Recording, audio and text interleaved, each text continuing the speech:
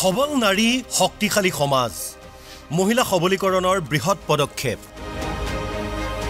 ৰাজ্যৰ বিজেপি চৰকাৰে মহিলা সবলীকৰণৰ বাবে ৰূপায়ণ কৰিছে বহুকেইখন গুৰুত্বপূৰ্ণ আঁচনি মহিলা হিতাধিকাৰী ভিত্তিক আঁচনিয়ে অভিলেখ সৃষ্টি কৰিছে অসমত শেহতীয়াকৈ মুখ্যমন্ত্ৰী মহিলা উদ্যমিতা অভিযানে লৈছে বিশেষ গতি আত্মসহায়ক গোটৰ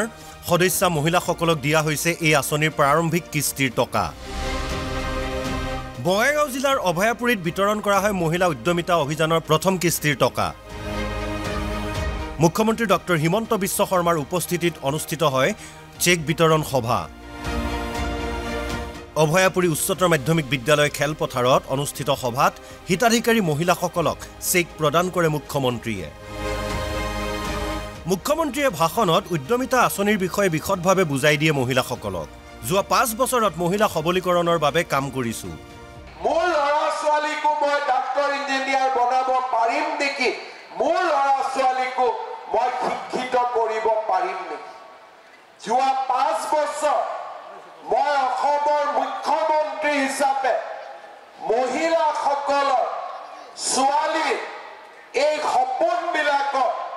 বাস্তৱত ৰূপায়িত কৰাৰ কাৰণে চেষ্টা কৰিছো আজি আমাৰ অসমত মহিলাসকল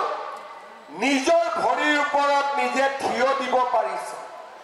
আৰু ঘৰত আজি ঘৰখনত মহিলাগৰাকীক বোজ বুলি নাভাবে ঘৰত মহিলাগৰাকীক এতিয়া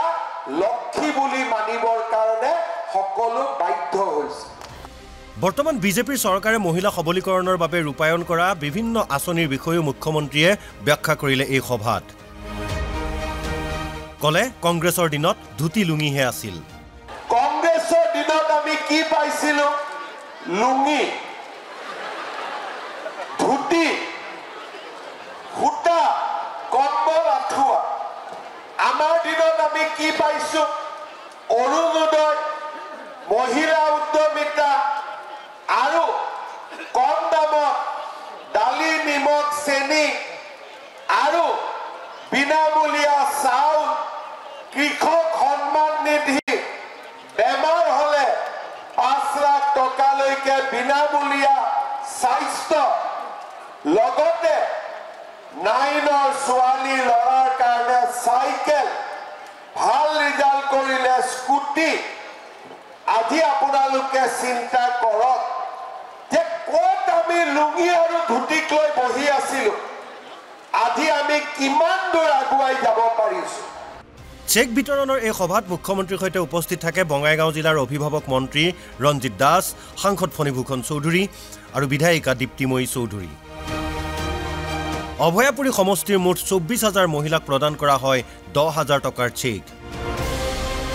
এই চেক গ্ৰহণ কৰি আনন্দিত হয় মহিলাসকল